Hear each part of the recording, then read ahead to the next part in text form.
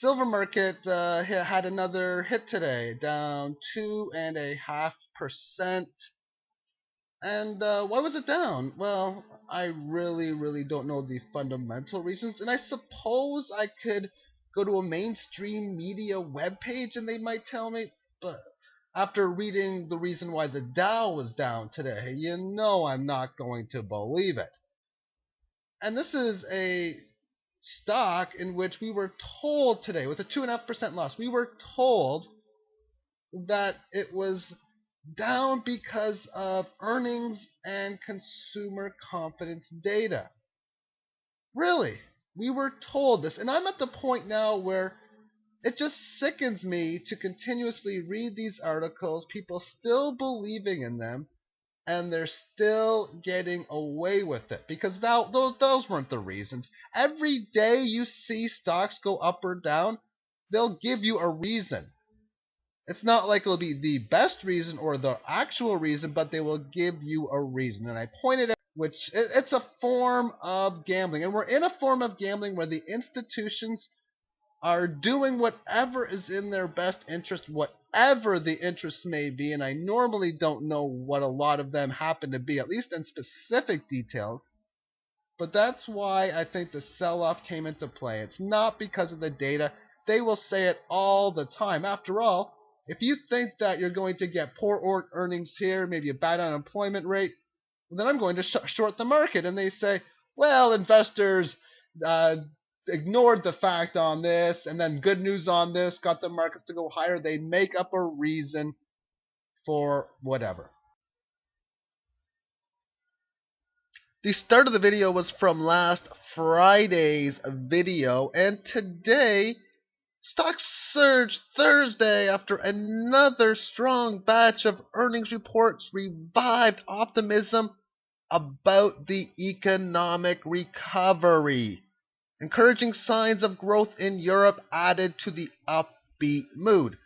Like I was saying, they will give you a reason. It may not be the best one, but it will be some sort of reason. And at the end of last week's video, or at least the section I concluded with, I was stating that they'll just write some stuff off sometimes, and today was no exception.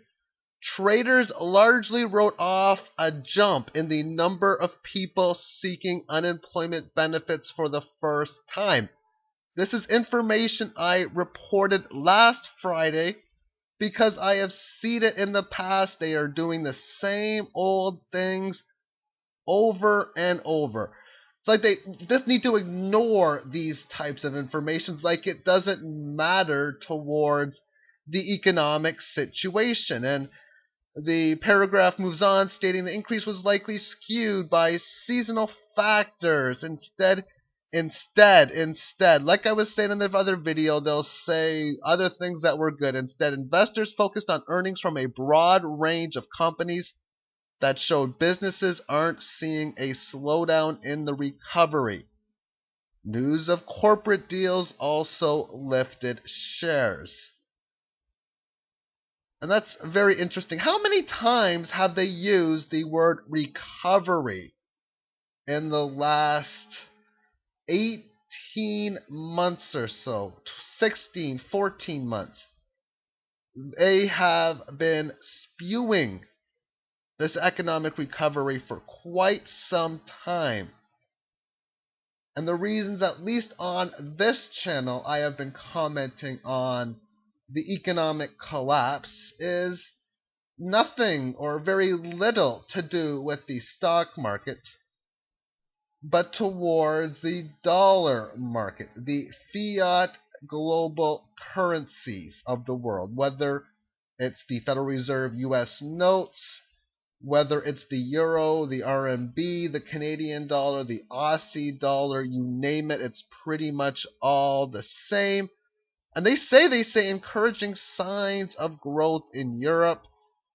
Yet it was just recently they said it looked really bad, and we'll see bad signs again for Europe having whatever when the market is down 2% or 3%, because they need to give you a reason.